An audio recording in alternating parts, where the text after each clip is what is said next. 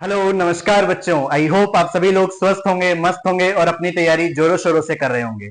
हम पढ़ रहे थे चैप्टर जो कि था अपना लाइट रिफ्लेक्शन एंड रिफ्रैक्शन, जिसमें हमने बहुत सारी जो टर्म्स हैं वो अपन ने फिनिश कर दी थी। आज उसी क्लास को हम आगे बढ़ाने वाले हैं और देखने वाले हैं आज की क्लास, जिसमें अपना पहला जो टॉपिक है वो अपना है बेटा साइन कन्वेंशन।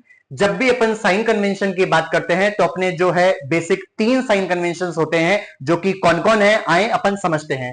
सबसे पहला जो साइन कन्वेंशन है वो कह रहा है all the distances will be measured from pole. इसका मतलब है जितनी भी डिस्टेंसेज होगी वो आप सारी की सारी कहां से मेजर करेंगे?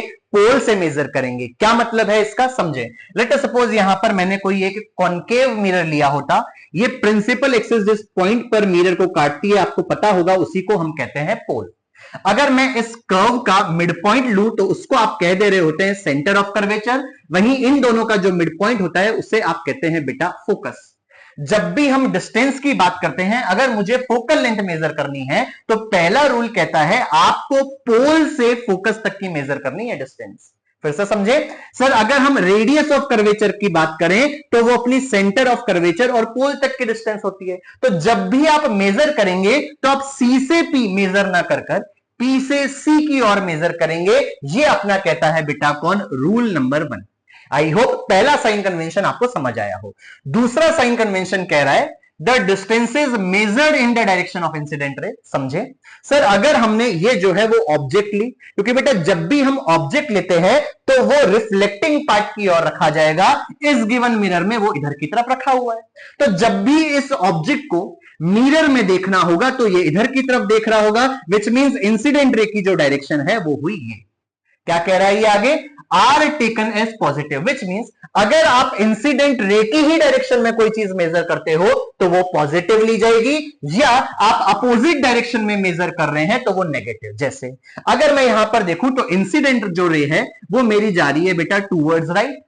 अगर मुझे रेडियस ऑफ कर्वेचर को मेजर करना होगा तो मैं मेजर करने आऊंगा पी से सी। ऐसा मुझे किसने कहा था? रूल नंबर 1 ने कहा था। तो इंसिडेंट रे जा रही है इधर, आप मेजर करने आ रहे हैं इधर, विच मींस अपोजिट डायरेक्शन हुई, तो आपका जो रेडियस ऑफ कर्वेचर है वो कौन होता? नेगेटिव होता। फिर समझे सर, इंसिडेंट जो रे है वो जा रही है इधर। अगर मुझे फोकल लेंथ मेजर करनी होती तो मैं पोल से फोकस तक के डिस्टेंस को मेजर करता, तो ये मेरी फोकल लेंथ होती। तो चीज समझे, इंसिडेंट रे जा रही है इधर, मेजर करने आ पा रहे हो पोल से फोकस, अपोजिट डायरेक्शन है तो इसलिए फोकल लेंथ जो है वो भी कौन होती बेटा? नेगेटिव। ये मेरा कहता है रूल नंबर 1। अगर मान लीजिए आप सेम डायरेक्शन में ही मेजर करेंगे तो आप उसे पॉजिटिव कंसीडर करेंगे, और अपोजिट डायरेक्शन में अगर आप मेजर कर रहे हैं तो उसे आप नेगेटिव कंसीडर करेंगे। आई होप रूल नंबर 2 जो है वो आपको क्लियर हुआ हो। ऐसे ही अपना रूल नंबर जो 3 है वो क्या कह रहा है? The heights above the principal axis are taken as positive, while downwards height are taken as negative. क्या मतलब है? अगर ये अपनी ऑब्जेक्ट है, let us suppose height of object को मैं HO कह दे रहा हूं। ये अपनी कोई इमेज बनी, मान लीजिए इसकी जो हाइट है उसको मैं HI कह दे रहा हूं। तो यहां रूल नंबर 3 कह रहा है अगर आप प्रिंसिपल एक्सिस के ऊपर की कोई चीज मेजर करेंगे, जैसे यहां पर HO हुई, तो उसको आपको लेना है पॉजिटिव। और अगर प्रिंसिपल एक्सिस के नीचे की ओर कोई चीज मेजर करेंगे तो उसको आप नेगेटिव लेंगे, जैसे यहां पर HI जो है वो कौन हुई बेटा? नेगेटिव। अगर मान लीजिए इमेज भी ऊपर बनती तो HI भी प्रिंसिपल एक्सिस के ऊपर होती और अपन उसको क्या लेते हुए चलते? पॉजिटिव लेते हुए चलते। आई होप तीनों साइन कन्वेंशन आपको क्लियर हुए हों। वापस मैं इसको रिकैप कर रहा हूं, अगर आप कभी भी कोई भी डिस्टेंस मेजर करेंगे तो वो आप पोल से मेजर करेंगे, विच मींस अगर मुझे फोकल लेंथ मेजर करनी है तो मैं पोल से फोकस आऊंगा, ना कि फोकस से पोल। ऐसे ही अगर रेडियस ऑफ कर्वेचर मुझे मेजर करनी है तो मैं पोल से सेंटर ऑफ कर्वेचर आऊंगा, ना कि सेंटर ऑफ कर्वेचर से पोल। दूसरा साइन कन्वेंशन कहता है अगर आप इंसिडेंट रे की ही डायरेक्शन में कोई चीज मेजर करते हैं तो आप लेंगे पॉजिटिव, और अपोजिट डायरेक्शन में मेजर करते हैं तो उसे आप लेंगे negative. I hope 2 sign convention clear हुए हो। और थर्ड जो है वो हमें हाइट के बारे में बोल रहे हैं। वो कह रहे हैं अगर प्रिंसिपल एक्सिस के ऊपर की कोई चीज आप मेजर करते हो तो वो पॉजिटिव होगी, और डाउनवर्ड हाइट जो है वो आपकी कौन होगी? नेगेटिव होगी। इसको आप और क्लियर तरीके से समझ सकते हैं अगर मैं मिरर को चेंज कर देता। यहां आप देख रहे हैं मैंने जो है वो लिया है बेटा कौन, कॉन्वेक्स मिरर जो है वो मैंने यहां आपके लिए लिया है। तो जब भी हम कॉन्वेक्स मिरर की बात करते हैं तो ये पॉलिश होगा अंदर की तरफ, तो ये जो कर्व है वो बना रहा होता बेटा कुछ इस तरीके से, तो इसका जो मिड पॉइंट है वो यहां होता जिसे आप सेंटर ऑफ कर्वेचर बोलते हैं। सर पोल से सेंटर ऑफ कर्वेचर तक की जो डिस्टेंस है उसे हम रेडियस ऑफ कर्वेचर आर कहते हैं। इन दोनों का जो मिड पॉइंट है उसे हम फोकस कहते हैं और इस डिस्टेंस को आप फोकल लेंथ कह दे रहे होते हैं। तो अब क्या कहता है रूल नंबर 1, रूल नंबर 1 कहता है अगर आपको फोकल लेंथ मेजर करनी है तो आप पोल से फोकस मेजर करोगे, अगर आपको रेडियस ऑफ कर्वेचर मेजर करनी है तो आप पोल से सेंटर ऑफ कर्वेचर मेजर करोगे। अब बात सुनिएगा, सेकेंड साइन कन्वेंशन कहता है कि अगर इंसिडेंट रे की डायरेक्शन में कोई चीज नाप रहे हो तो पॉजिटिव वरना नेगेटिव। सर कॉन्वेक्स मिरर है, ये अपनी रिफ्लेक्टिंग पार्ट होती तो मैं यहां बेटा क्या रख दे रहा होता, ऑब्जेक्ट रख दे रहा होता, तो इंसिडेंट रे की जो डायरेक्शन है वो आपकी होती है। अब मैं आपसे कहूं बताए फोकल लेंथ पॉजिटिव होगी या नेगेटिव, तो देखिए इंसिडेंट रे जा रही है इधर, आप फोकल लेंथ को मेजर करते तो आप बेटा पोल से फोकस की ओर जाते, विच मीन सेम डायरेक्शन में जा रहे हो, सेम गए तो बेटा कोई चीज आपकी कौन होगी, पॉजिटिव होगी। फिर समझे, सर इंसिडेंट रे जा रही है इधर, क्यों जा रही है, क्योंकि इस ऑब्जेक्ट को अगर मिरर में देखना होगा तो वो इधर ही देखेगा। अगर मुझे रेडियस ऑफ कर्वेचर नापनी है तो आप पोल से सेंटर ऑफ कर्वेचर जाते, विच मीन सेम डायरेक्शन में जा रहे हो, तो बेटा ये आपका फिर से कौन हो जा रहा होता, बेटा पॉजिटिव हो जा रहा होता। थर्ड साइन कन्वेंशन कह रहा था अगर ये आपकी ऑब्जेक्ट है और ऑब्जेक्ट की हाइट को मैं HO कह दूं तो प्रिंसिपल एक्सिस के ऊपर की जो हाइट्स आप मेजर करेंगे उनको आप पॉजिटिव कहेंगे। अगर बेटा इसकी इमेज आपकी ऊपर ही बनेगी, वो आपको पता है रे डायग्राम से, तो उस कंडीशन में बेटा वो भी आपकी कौन होती है, HI, वो भी आपकी पॉजिटिव होती। आई होप आपको साइन कन्वेंशन क्लियर हुए हो।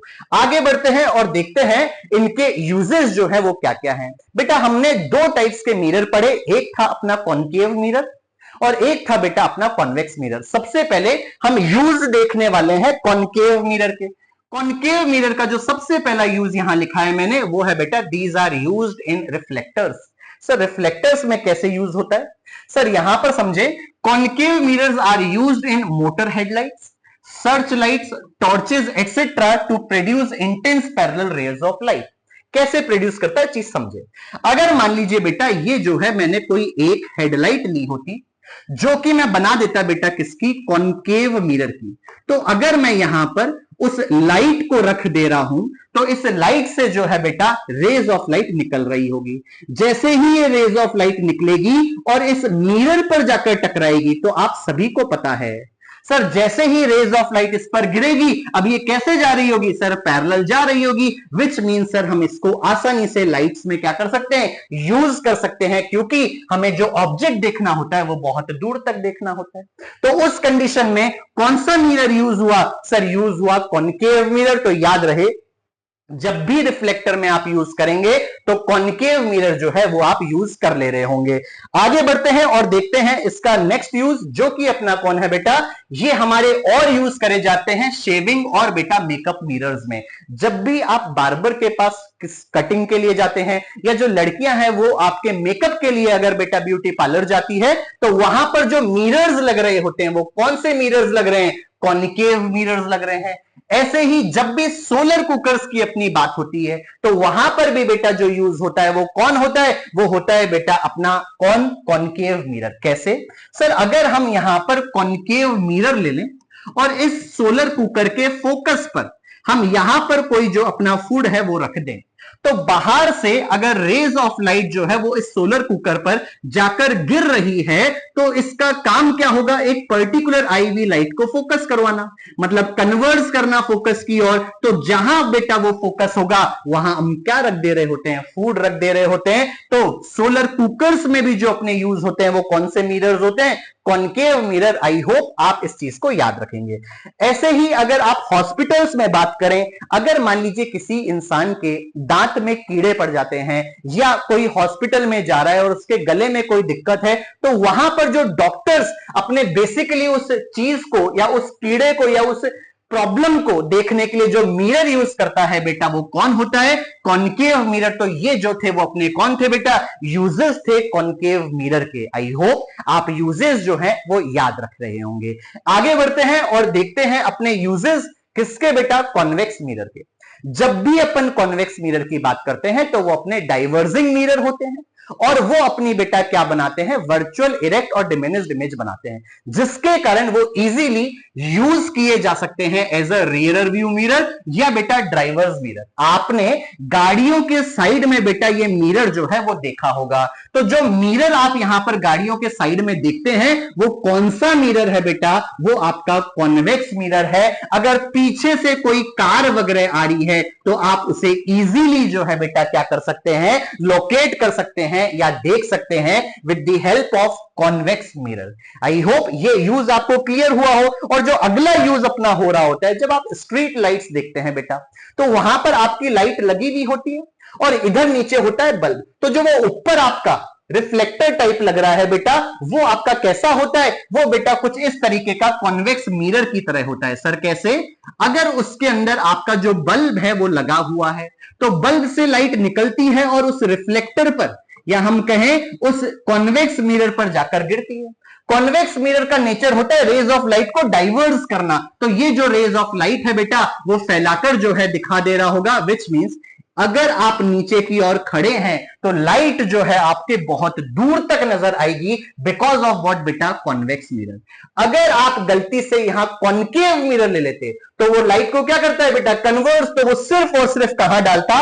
आपके ऊपर डालता। तो हमें बेटा हर जगह तक लाइट चाहिए होती है, इसलिए हम कौन सी मिरर की यूज कर रहे होते हैं? कॉन्वेक्स मिरर का यूज कर रहे होते हैं। आई होप आपके दिमाग में जो है ये सारे यूजेस सेट हुए हों। आगे बढ़ते हैं और देखते हैं बेटा अब अपना मोस्ट इंपॉर्टेंट टॉपिक, जो कि कौन है? Mirror formula. मिरर फॉर्मूला को समझने से पहले हमारे पास में दो टर्म्स आती है। टर्म नंबर 1 कौन है बेटा अपनी? ये है, समझने की कोशिश करें, ये है अपनी ऑब्जेक्ट डिस्टेंस। क्या होती है ऑब्जेक्ट डिस्टेंस?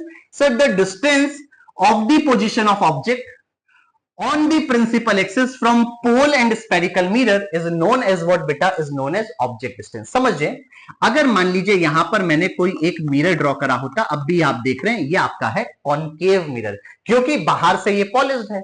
इससे पास करती हुई अगर मैं कोई लाइन ड्रॉ करूं तो उसे अपन बोलते हैं प्रिंसिपल एक्सिस। ये लाइन जहां काटती है उसे अपन बोलते हैं बेटा पोल। इस मिरर का जो मिड पॉइंट होता है उसे हम कहते हैं सेंटर ऑफ कर्वेचर। वहीं इन दोनों का जो मिड पॉइंट होता है उससे अपन कहते हैं बेटा फोकस। अगर मुझे ऑब्जेक्ट को रखना हो तो आप सभी को पता होगा हम रिफ्लेक्टिंग पार्ट की ओर रखेंगे। लेट अस सपोज ये अपन ने रखी ऑब्जेक्ट, तो क्या था बेटा ऑब्जेक्ट डिस्टेंस? सर पोल से लेकर जो ऑब्जेक्ट तक की डिस्टेंस होती है उससे हम कहते हैं object distance, which is denoted by you. अब जब भी आप ऑब्जेक्ट को मिरर के सामने रखेंगे तो इसकी एक इमेज बनेगी। कहां बनेगी? वो अपन ने पिछले वीडियोस में देखा है। मान लीजिए बेटा यहां पर इसकी इमेज बनती, तो पोल से अगर इमेज तक की आप डिस्टेंस मेजर करते हैं तो उसे हम इमेज डिस्टेंस बोलते हैं, which is represented by what बेटा? Which is represented by V. I hope ये जो दोनों पॉइंट्स है बेटा, 1 which is object distance, 2 which is image distance, वो आपको क्लियर हुआ हो। ऑब्जेक्ट डिस्टेंस पोल से ऑब्जेक्ट तक की डिस्टेंस, इमेज डिस्टेंस पोल से इमेज तक की distance, which are represented by u and v respectively. अब बात सुनिएगा, जब कभी भी हम रिलेशनशिप बताएं किस किस के बीच में? Object distance, image distance and focal length, तो बच्चों उसी को अपन बोल दे रहे होते हैं मिरर फॉर्मूला, जो कि क्या होगा आपको याद होना चाहिए, 1/f is equal to 1/v plus 1/u, जहां v और u अपनी इमेज और ऑब्जेक्ट डिस्टेंस है और फोकल लेंथ जो है वो अपनी f से रिप्रेजेंट करी जा रही है। अब जब भी आप न्यूमेरिकल्स करेंगे बच्चों तो आप कभी भी यहां पर डायरेक्ट वैल्यू पुट नहीं करेंगे, सारी की सारी वैल्यूज आप साइन के साथ पुट करेंगे, जो कि मैंने अभी आपको साइन कन्वेंशन में समझाया। आई होप ये चीज आपको क्लियर हुई। हम बढ़ते हैं आगे और अपना अगला जो टॉपिक है वो है मैग्निफिकेशन। क्या होता है मैग्निफिकेशन, इस बात को समझे। Sir it is the ratio of height of image to the height of object. मतलब सर जब भी हम कोई भी मिरर लेते थे उसके सामने अगर हम ऑब्जेक्ट रखते थे, लेट सपोज HO जो है ऑब्जेक्ट की हाइट है, तो उसकी सर्टेन इमेज बनती। मान लीजिए अभी इधर बनी और मैं इसको HI बोल दे रहा हूं, तो बेटा magnification which is represented by m वो क्या होता है? It is the ratio of height of image, किसके साथ में? To the height of object. तो मैं यहां लिखता HI/HO जो है बेटा वो मेरा क्या हो जा रहा होता है? वो मेरा होता है बेटा मैग्निफिकेशन। अब बात सुनिएगा सर, जो हाइट है वो अपनी सेंटीमीटर या मीटर में होती, ऐसे ही नीचे वाली भी सेंटीमीटर या मीटर में होती, तो ये जो क्वांटिटी हुई बेटा अपनी कैसी क्वांटिटी हुई? यूनिटलेस क्वांटिटी हुई। मोस्ट इंपॉर्टेंट चीज है बेटा जो आपके दिमाग में सेट हो।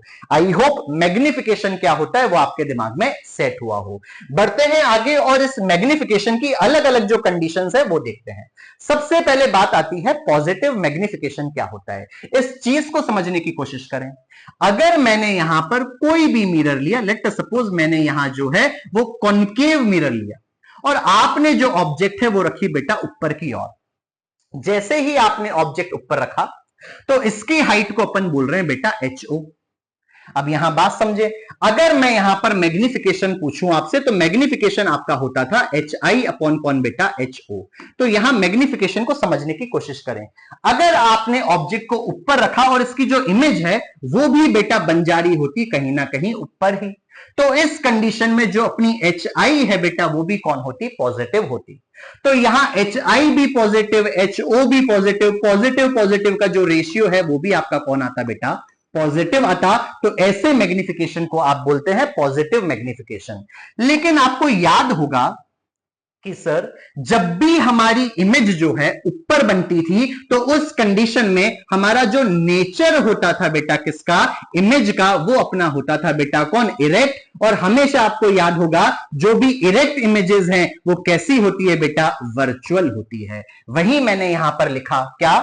पॉजिटिव मैग्निफिकेशन का मतलब है it means both object and image are what बेटा? अपराइट, जैसे मैंने यहां रखा। Since virtual image is always what बेटा? Always erect. जो वर्चुअल इमेज है वो आपकी हमेशा क्या होती है बेटा? इरेक्ट होती है। इसका मतलब जब कभी भी पॉजिटिव मैग्निफिकेशन बने तो आपको एक बार में क्लियर हो जाना चाहिए बेटा वो कौन है बेटा? वो आपका इरेक्ट और वर्चुअल इमेज है। क्लियर? ऐसे ही अगर मैं यहां पर मिरर लूं और ऑब्जेक्ट जो है वो मेरी बनती बेटा ऊपर और इमेज मेरी बनती नीचे, तो इस समय अगर मैं ऑब्जेक्ट की हाइट को HO लूं और इमेज की हाइट को बेटा कौन लूं? HI ले लूं, और अब मैं आपसे मैग्निफिकेशन पूछूं तो आपको पता है HI अपॉन HO मैग्निफिकेशन होता है आपका। अगर अपन यहां पर बात करें तो ऑब्जेक्ट ऊपर बनी है विच इज पॉजिटिव और ये इमेज जो है वो आपकी नीचे बनी है विच इज नेगेटिव, तो ओवरऑल जो मैग्निफिकेशन है वो आपका कौन आता बेटा? नेगेटिव आता। अगर ये नेगेटिव आया तो यहां से मुझे क्या समझ में आ रहा है बेटा? इमेज जो है वो आपकी नीचे बन रही है विच मींस ये कौन है बेटा? इन्वर्टेड। और हमने पिछली ही क्लास में देखा था अगर इन्वर्टेड इमेज बनेगी तो वो हमेशा कैसी होगी बेटा? हमेशा वो रियल इमेज होगी। विच मीन्स अगर हम नेगेटिव मैग्निफिकेशन की बात करें it means object and image have different orientation, मतलब अलग अलग जगह जो है ऑब्जेक्ट रखेंगे तो इमेज भी अलग अलग बनेगी। ना सिर्फ ये, ऑब्जेक्ट जो है वो अपराइट होगी मतलब ऊपर, तो उसकी जो इमेज इन्वर्टेड बनी तो जो इमेज बन रही होगी वो कहां बनेगी? नीचे। इसका मतलब वो रियल और कैसी इमेज है बेटा? इन्वर्टेड इमेज है। आई होप आपको ये चीज क्लियर हुई हो। ऐसे ही अगर हम यहां पर बात कर लें, मान लीजिए बच्चों अगर आपने ऑब्जर्व किया मैग्निफिकेशन जो है वो आपका होता था HI अपॉन HO। अगर क्या हो बेटा आपकी मैग्निफिकेशन की जो वैल्यू है वो ग्रेटर देन 1 आए तो इसका मतलब क्या हुआ? आपकी जो HI है वो बड़ा होना चाहिए बेटा HO से। मींस न्यूमरेटर जब आपका बड़ा होगा डिनोमिनेटर से तभी तो आपकी वैल्यू ग्रेटर देन 1 आएगी। तो जब कभी भी ऐसा होगा इमेज हमारी बड़ी हुई तो उसकी साइज जो है बेटा वो कैसी होगी? एनलार्ज होगी। अगर मैं बात करूं बेटा किसकी? अगर मैग्निफिकेशन हमारा लेस देन 1 है तो इस कंडीशन में HO जो है वो बड़ा हो रहा होगा बेटा किससे? HI से। विच मींस आपका न्यूमरेटर छोटा होगा डिनोमिनेटर से, तभी तो मैग्निफिकेशन का जो मॉड्यूलस है वो बेटा लेस देन 1 आएगा। अगर ये लेस देन 1 आया तो इसका मतलब हमारी जो इमेज है वो कैसी बनी है बेटा? डिमिनिश्ड बनी है। तो आपको ये पॉइंट भी क्लियर होने चाहिए। अगर आपकी HI और HO बराबर आ गए तो आपका जो मैग्निफिकेशन है बेटा वो कितना होगा, वो 1 होगा, जिसका मतलब है जो आपकी इमेज की साइज है वो क्या है, सेम साइज है। आई होप ये जो बेसिक सी बात है वो आपको क्लियर हुआ हो। अब बेटा जब भी हम मैग्निफिकेशन की बात करते हैं तो आपने देखा डेफिनेशन से वो अपना होता है HI/HO, लेकिन जब भी आप इसको डिराइव करेंगे जो हमें क्लास 12 में दिखाया जाएगा तो यही जो वैल्यू है वो और किसके बराबर हो जा रही होती है, ये अपनी और बराबर हो जाती है -v/u के। तो आपको ये भी याद रहे क्योंकि न्यूमेरिकल्स में हमसे अक्सर ये पूछ लिया जाता है। आई होप जो ये एक एक छोटी छोटी चीजें हैं वो आपको ढंग से समझ में आई हो। अगर समझ में आई तो वीडियो को वापस देखें और एक एक चीज की बेटा ढंग से तैयारी करें ताकि जब अपन अगली क्लास में न्यूमेरिकल्स करें तो आप कर पाए। चलिए आज के लिए इतना ही रखते हैं। जाने से पहले वीडियो को लाइक, शेयर और चैनल को सब्सक्राइब जरूर करें। याद रखिएगा आप अपनी और अपनी फैमिली का ध्यान रखेंगे। फिर मिलते हैं अपनी अगली क्लास में, तब तक के लिए bye bye, take care, have a nice day, God bless you बेटा।